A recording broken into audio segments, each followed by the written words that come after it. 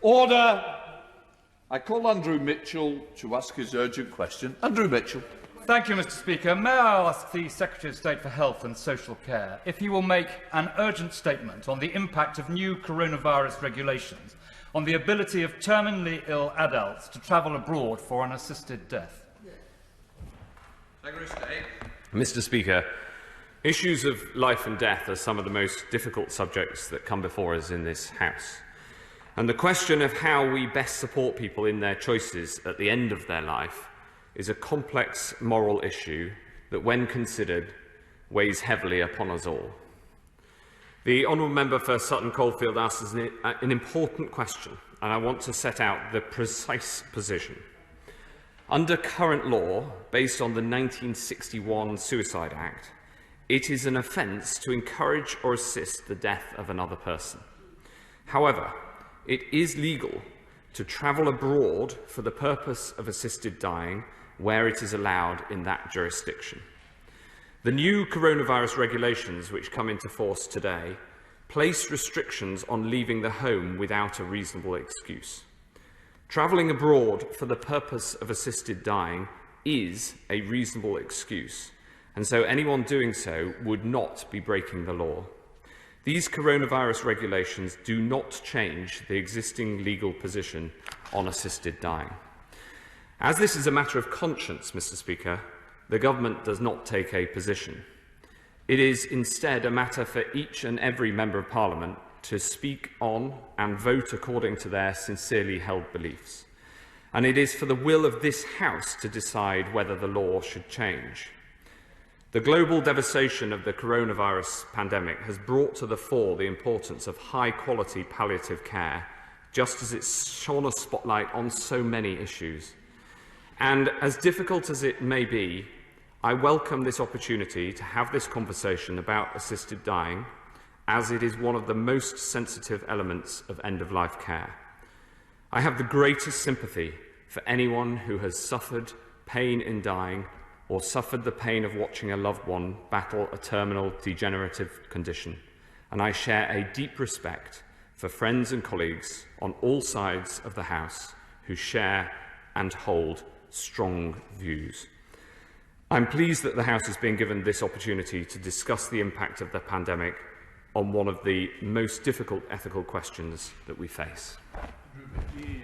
Thank you, Mr. Speaker, for granting this urgent question, and thank you to my right honourable friend for responding himself.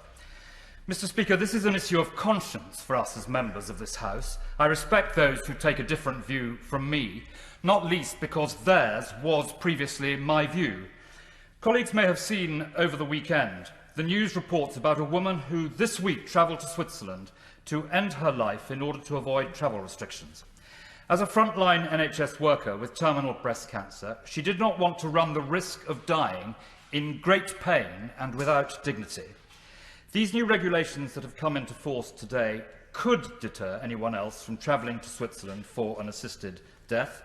This will undoubtedly cause many more Britons to suffer as they die due to a lack of a safeguarded law here in the UK, though I am most grateful to my right honourable friend for clarifying the precise legal circumstances.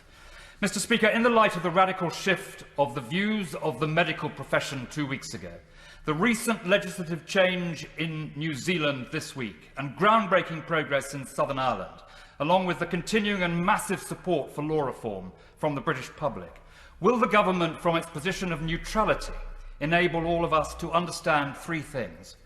First, the extent of suffering that the blanket ban on assisted dying is causing dying people and their families. Second, the challenges the current law is creating for healthcare professionals, police officers and other public servants. And third, what the UK can learn from international evidence on the operation of assisted dying laws and their safeguards in the United States, Australia and Canada. Mr. Speaker, I am supporting a very tight reform which would allow someone who is terminally ill within 6 months of the end of their lives and who has themselves decided that this is the end of life they want, independently certified by 2 doctors and confirmed as their independent decision by a High Court judge to end their life, as is their choice. Well, thank you very much, Mr. Speaker, and I pay tribute to my right honourable friend for the way that he puts his case. We, of course, do acknowledge the changing views of many, including many in the medical profession, and, of course, we observe the changes in the international debate that is taking place. I think it's absolutely reasonable for this House to have a conversation and a discussion on what is an important topic. And I think that it's right that we locate this question within a broader discussion of how we care for people at the end of their lives, which has become, sadly, due to the coronavirus pandemic, a central issue of public debate in this country.